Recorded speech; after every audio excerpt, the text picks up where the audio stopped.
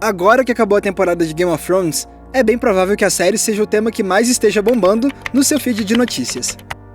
Tá, não que isso não tenha acontecido todo domingo pelas últimas 10 semanas. Mas todo fim de temporada de Game of Thrones é sempre um evento. Com a reação extremamente positiva dos críticos e dos fãs, Game of Thrones se consolida cada vez mais como uma das séries de TV mais aclamadas de todos os tempos. E por mais que o principal responsável pela popularidade do programa seja o roteiro dele, é inegável que outros aspectos contribuem para tornar Game of Thrones uma obra tão aclamada. As atuações, os efeitos especiais, os figurinos. Mas se tem um aspecto do seriado que tem um nível altíssimo, é a cenografia. E é nisso que eu vou me focar hoje. Porque se a gente analisar melhor a arquitetura de Game of Thrones, a gente vai ver como ela ajuda a contar a história desses personagens. Para começo de conversa, é essencial entender que a cenografia, quando bem feita, é muito mais do que um pano de fundo para as ações dos atores.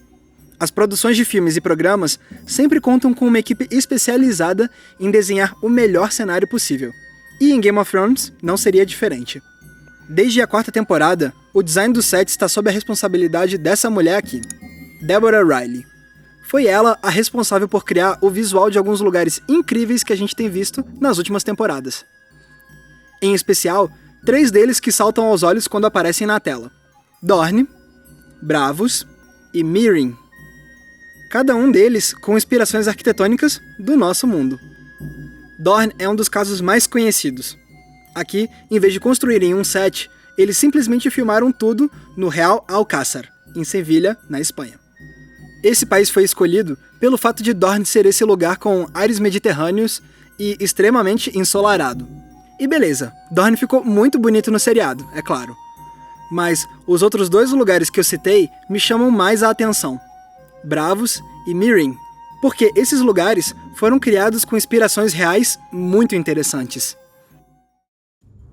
Vamos começar por Braavos, mais especificamente o Banco de Ferro de Braavos.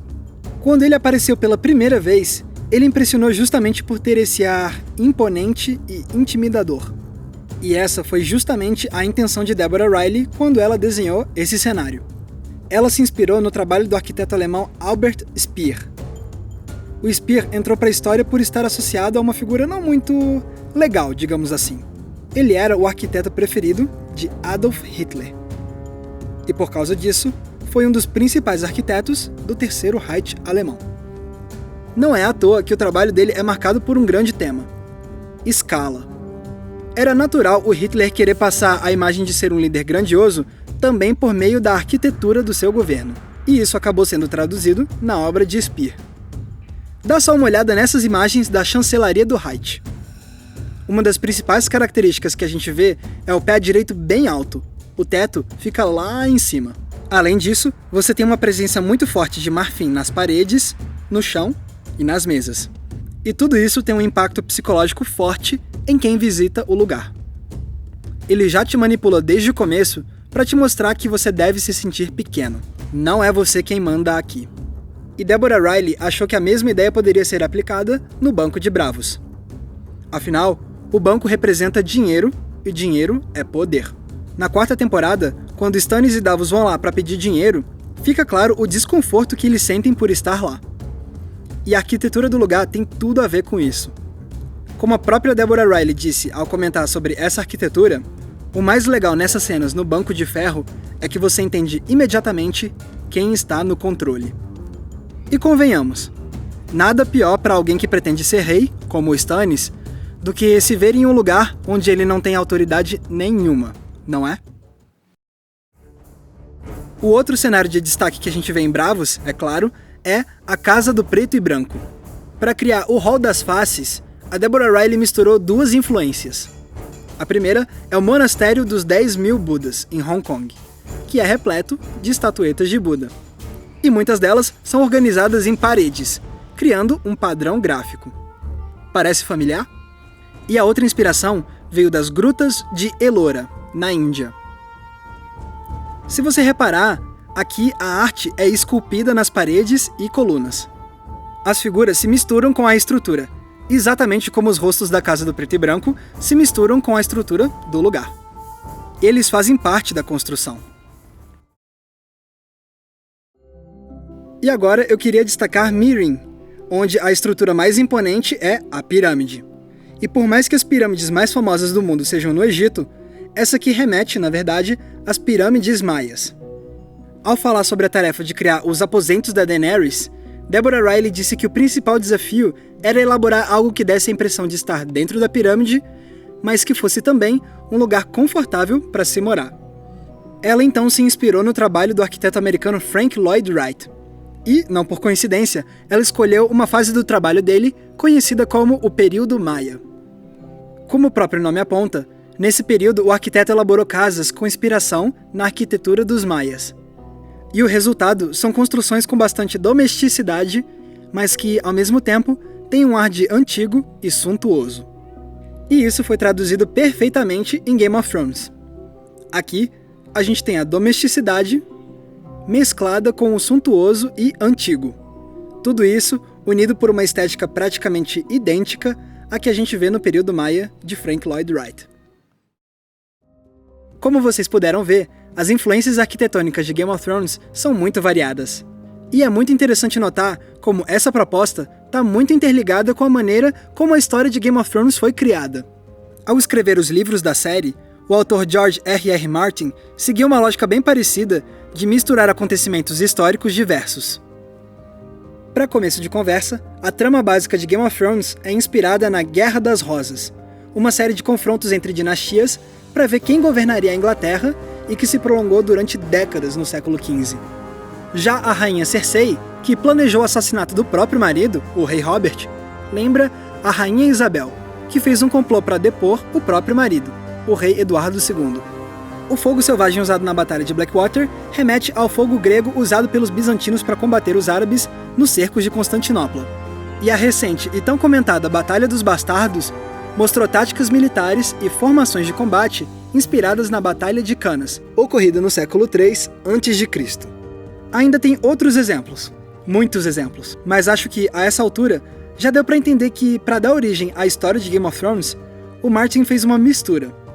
Pegou elementos históricos de vários lugares e de períodos diferentes. E a cenografia do seriado se manteve fiel a essa linha de pensamento. Como vocês já viram, aqui também tem uma mescla. Arquiteturas de vários lugares e de períodos diferentes.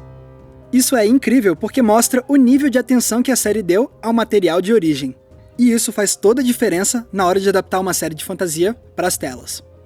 Quando o departamento de arte cria cenários seguindo o propósito original do autor.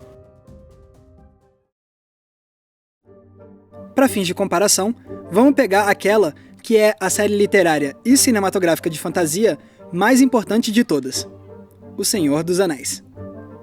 Uma das razões para a cenografia dos filmes de Peter Jackson ter ficado tão incrível é que o departamento de arte também se manteve fiel à maneira como o Tolkien criou a sua mitologia.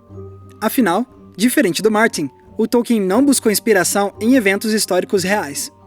O que ele fez foi usar mitos, línguas e literaturas do início da Idade Média para desenvolver uma mitologia nova. A Terra-média e as aventuras que nela acontecem são desconectadas da nossa realidade. E na hora de criar os cenários dos filmes, os artistas seguiram essa linha de raciocínio. Em vez de buscar inspiração direta em arquiteturas do mundo real, a estética de cada povo é criada praticamente do zero. As construções que a gente vê também são desconectadas da nossa realidade. Isso não significa que a cenografia de Game of Thrones ou de O Senhor dos Anéis seja pior ou melhor do que a outra. São apenas abordagens diferentes na hora de criar a arquitetura desses mundos ficcionais. Enquanto O Senhor dos Anéis está completamente imerso na fantasia, Game of Thrones tem um pé muito presente no realismo. E eu sei, pode parecer estranho dizer que uma série com dragões e mortos-vivos tenha elementos de realismo. Mas um dos grandes diferenciais dos livros escritos por Martin foi justamente o fato deles não pesarem tanto para o lado da fantasia. Antes do escritor publicar As Crônicas de Gelo e Fogo, as principais séries literárias de fantasia eram basicamente na mesma estrutura dos livros do Tolkien, repletos de elfos, anões e magos desde o começo. Mas quando você começa a acompanhar Game of Thrones, a história parece primeiro muito mais um romance histórico, Se você reparar, boa parte dos grandes momentos da série, aqueles mais marcantes, não são relacionados a elementos de fantasia. Eles são as disputas de poder, as traições, os assassinatos, as guerras. Ou seja, as relações entre os seres humanos. A fantasia tá lá quase como um tempero extra, para deixar a receita ainda mais interessante. Sem contar que vários historiadores já elogiaram a maneira como a série representa aspectos da vida medieval de maneira realista. E toda essa conexão entre o mundo de fantasia de Westeros e a nossa realidade foi algo que a Deborah Riley considerou crucial na hora de criar cenários. Se você pede para o público crer em lobos gigantes, dragões e colossos, você precisa que o mundo seja o mais acreditável possível. E é mantendo esse equilíbrio cuidadosamente planejado entre o real e o fantástico, tanto no enredo quanto no cenário, que Game of Thrones deixa o público tão imerso em Westeros semana após semana. E quando acaba a temporada, só resta pirar nas redes sociais e esperar que venha a próxima.